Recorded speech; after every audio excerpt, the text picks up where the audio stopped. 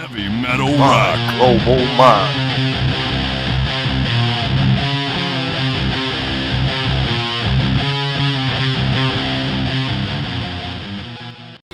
Future so bright, get what you want, do what you can. You'll get no pussy if you're in a band. I always wanted to scream in the night. I always wanted the noise and the light. Standing on stage, the thrill never fades. The ultimate rage, raving and fighting. Maybe you'll shake, maybe you'll break. You'll never escape. Thunder and lightning.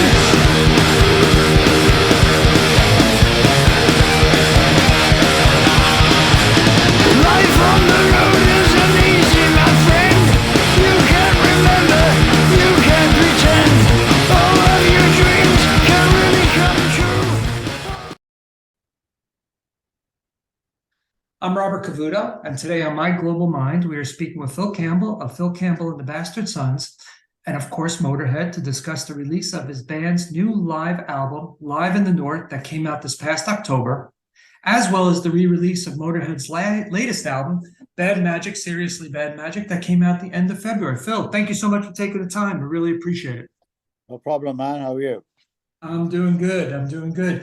You know, on the live from the North, the band sounds really powerful and on fire. Was this recorded right after things opened up from the pandemic? Yeah. I guess it wasn't very long after. It was when things started to really get into like normal flow. Mm-hmm. But we were all itching to get back on stage and everything. So I think it was pretty brutal set as well. It was just in a small club in Sunderland. Mm-hmm. One of them, one of them small sweaty gigs, which sometimes can be the best gigs. Yes. Yes. And we kind of knocked it out of the park. So I'm really pleased with it. It's great. Yeah. Do you typically record all of your shows?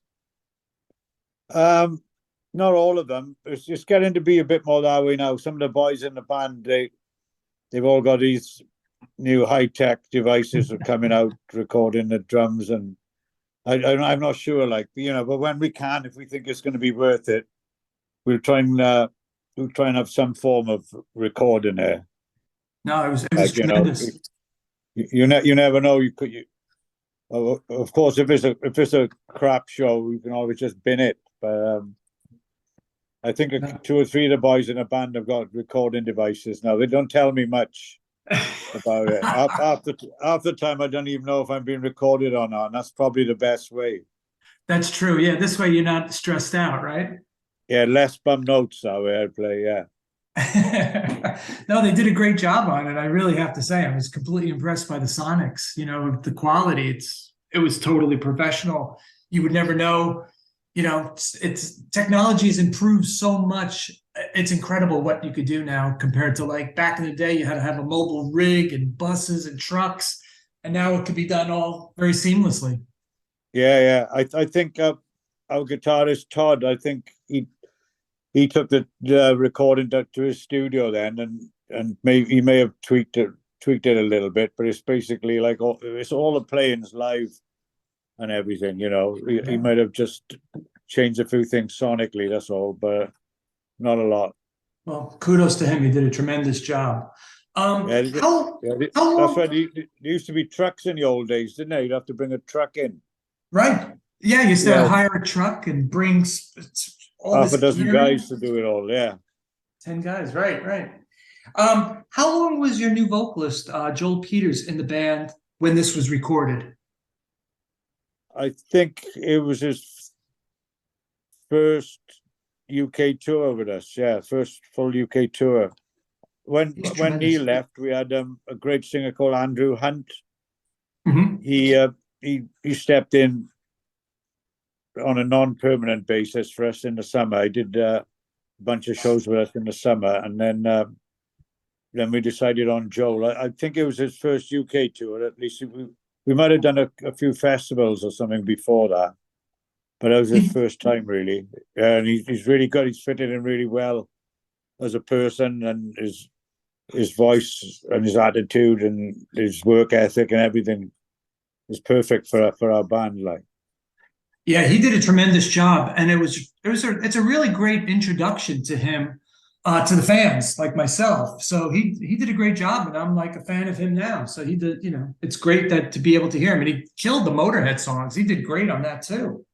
yeah, and that must be really difficult for him as well. You because you get some kind of purist guys, which unless it was Lemmy's voice on it, they wouldn't give the song a time of day. Like, but I think he does his own thing with it. He doesn't try to sound like Lemmy.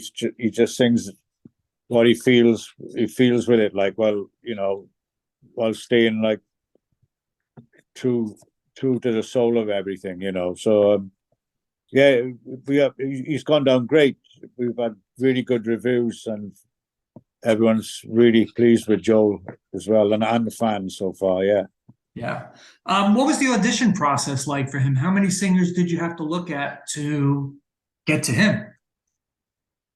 I think we had quite a lot sent in tapes and videos, Mm-hmm. and that a lot of them weren't too good. There was a few there was a few okay ones, I think, and Joel kind of stood out. And then we asked him to send us some more stuff of doing our songs, and then we asked him to send some more again, and then we had him to come down from Bristol, because he just lives like an hour away from Mm-hmm. us, which is quite handy. So then we came down and did the first time we sort of met him in a room and did a live rehearsal, and that worked well. So yeah, it took a month or so, like, for us to decide on Joel and make sure he was happy and everything. So all good now. Yeah, all's well that ends well. I think you did a tremendous job in picking him. Is there plans to work on another album with the band? Yeah, it's done actually.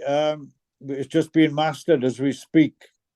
I can't tell you the title yet, but the way it looks, it's not going to be out until September. Okay. That's what the record companies are saying.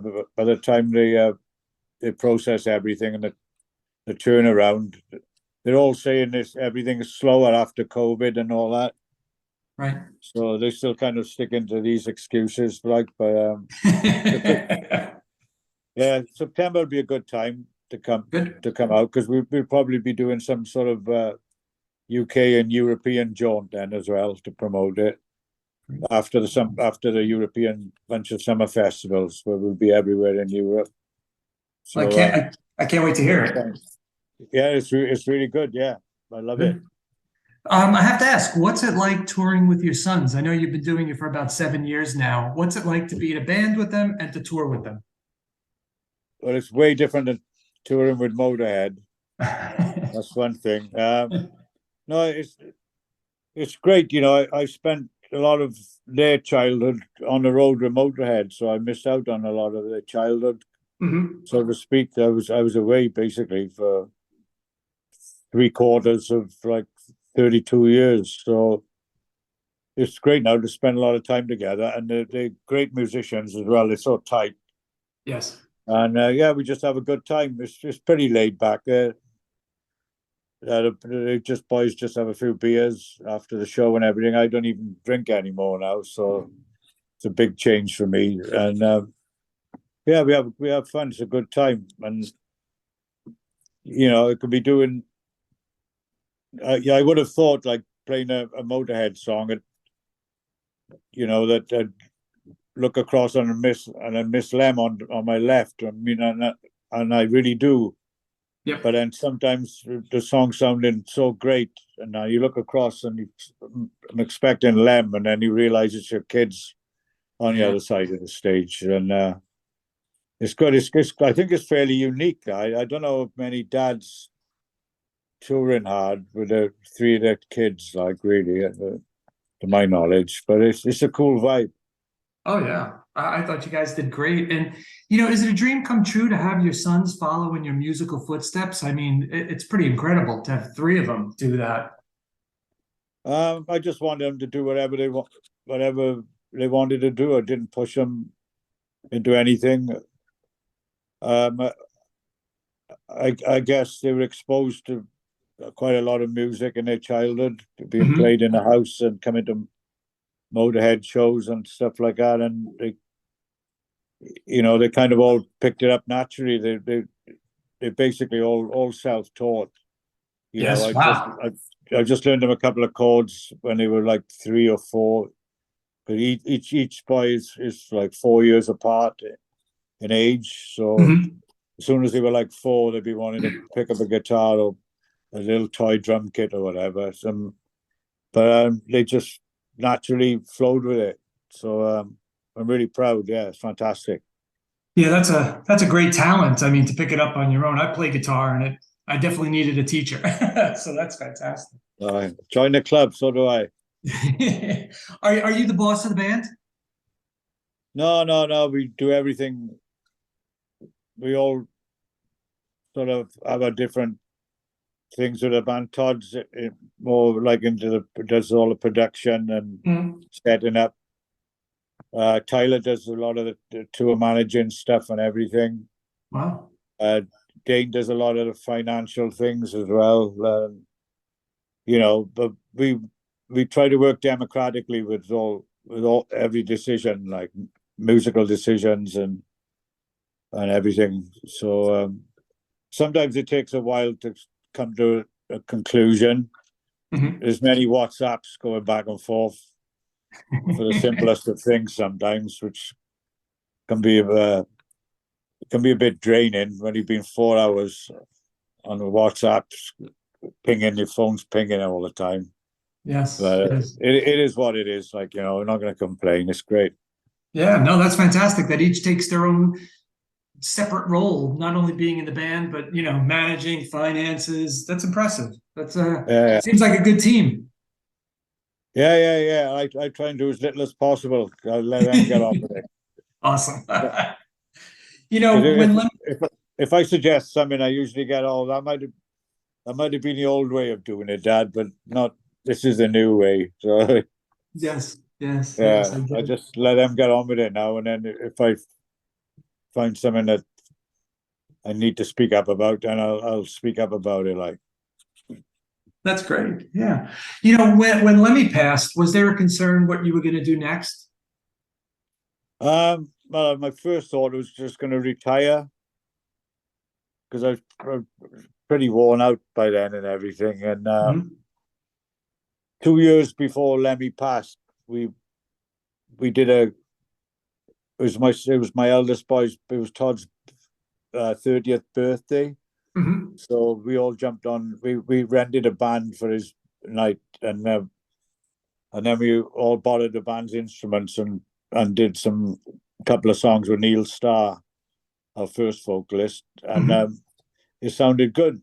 So we did a bunch of shows just called Phil Campbell's All Star Band while Motörhead was Mhm. still going, and Len was cool with it all. He said, "Yeah, why not? If you got time off, do what you want." Like, and of course, then sadly, when Motörhead finished, after about 4 months, the boys said, "Oh, why don't we do a few more shows?" And it got a bit more serious then. And then we changed the name to the Bastard Sons, and it's just kind of picked up from there. We're busy all the time. Yeah.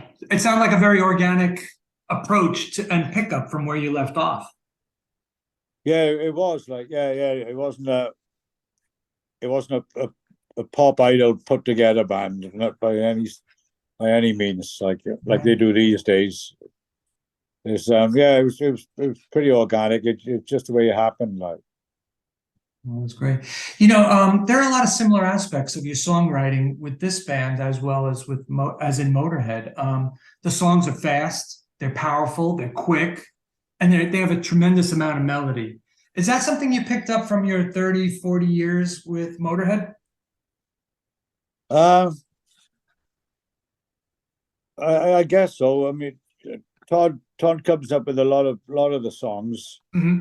to give him his due. Like some like almost completed songs a lot of the time, and some are just ideas. And I come up very rarely with a completed song, but I come up with quite a few ideas, and we all contribute. Like, but of course it's gonna have Motörhead overtones because I was, the guitarist and the riff writer for Motörhead, so there's going to be a lot of similarities there. But it's good music to play. It's high energy. Yes. And we get off playing it and get off listening to that sort of music. And people love it. I think they love the honesty of heavy rock and heavy metal. It's not going to go away. I don't care what anyone says. I agree. The fans have proven themselves for years now in this genre.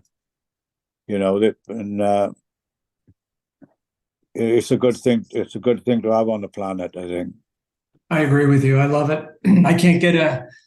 I would never take a break from it. I listen to it all the time. Vacation, snow blowing, whatever I got to do, I'm out there listening to it. And if you feel good, you can play it. If you feel like shit, you still play it.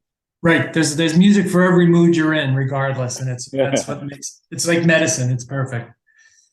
Motörhead re-released Bad Magic, Seriously Bad Magic, with 2 new songs, which are tremendous.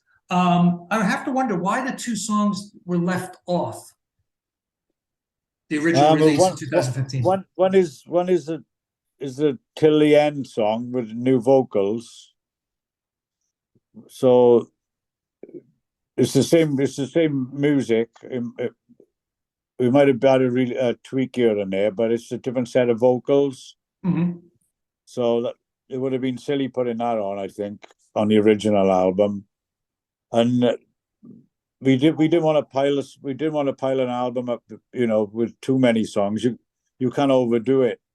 And it was just one of the things we kept back. A bullet in my head. Right. Is it bullet in my head? Yeah. Bullet in your brain, yeah. Bullet in your brain, yeah.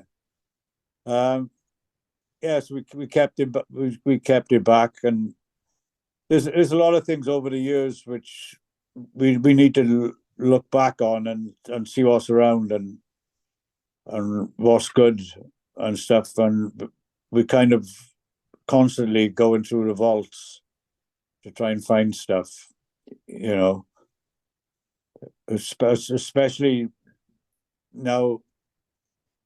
Now it's not like tape to tape stuff. With the Pro Tools and all that, you can.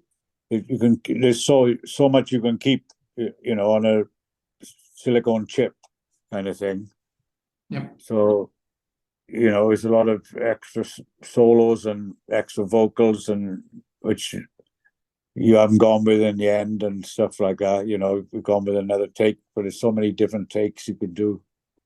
So yeah, we'll see. We'll keep plowing through and see what we can come up with.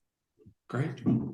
I think it's great. I think it's really nice to keep Lemmy's name and Motörhead's name out there, and to continue to put out and find those little nuggets and those gems to put out. So I think the fans really appreciate that too. It's something to look forward to. Yeah. I have to. Oh, sorry. Carry on. No, carry on. Oh, I must imagine this re-release is a little bittersweet, as it was originally came out in 2015 when Lemmy was sick. Did he struggle with, recording these songs vocally or bass-wise? No, really, no. He was on the money again. I don't know. He used to amaze us all the time. The strength of the man from day one. I guess he was a strong fella and strong character, and I don't know.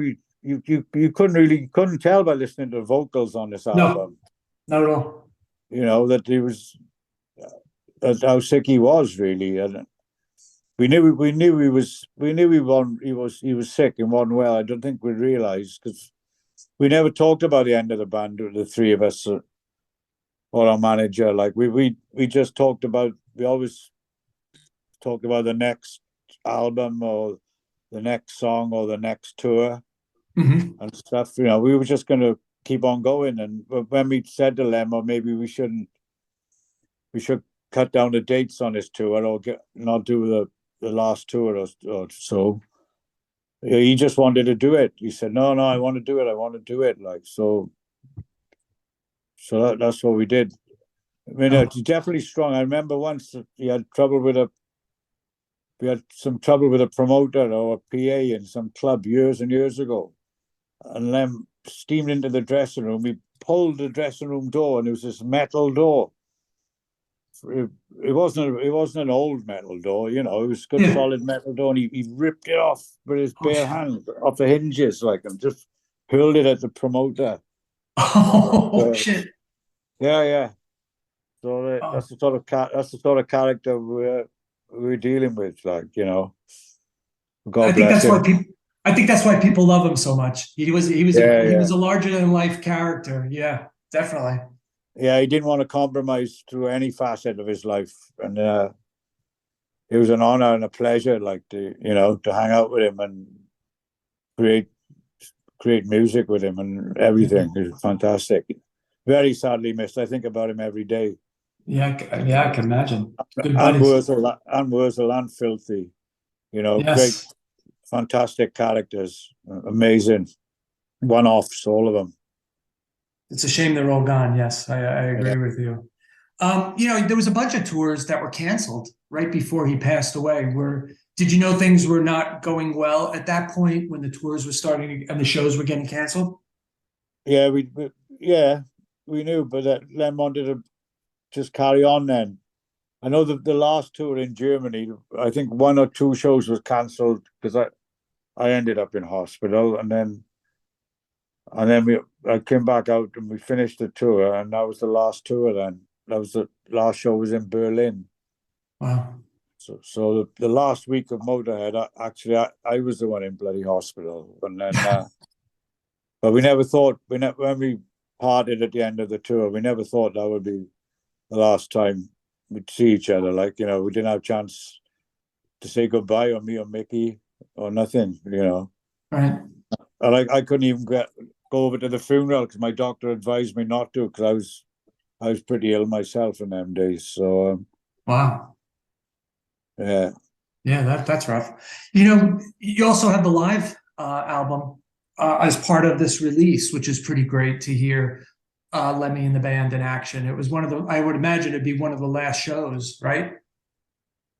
That would be a Fuji show. Yeah, Mount Fuji, yeah. Yeah, I think that might have been 2015. Summer of 2015, yeah. Yeah, the Japanese festival. Mm-hmm. Yeah, that was definitely 2015, yeah. Right. I also read that Lemmy left people ashes in a bullet, or did you get one of those? Lemmy what?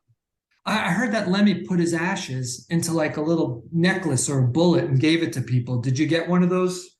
Yeah, I've got in the band as well. We've got a bullet on a necklace, and we've got little replicas of Lemmy's hat with his ashes in there as well. Oh wow! Yeah, so that's on my pride place on my mantelpiece. Yes, I can imagine. I wear the bullet all the time. That's awesome. That is fantastic.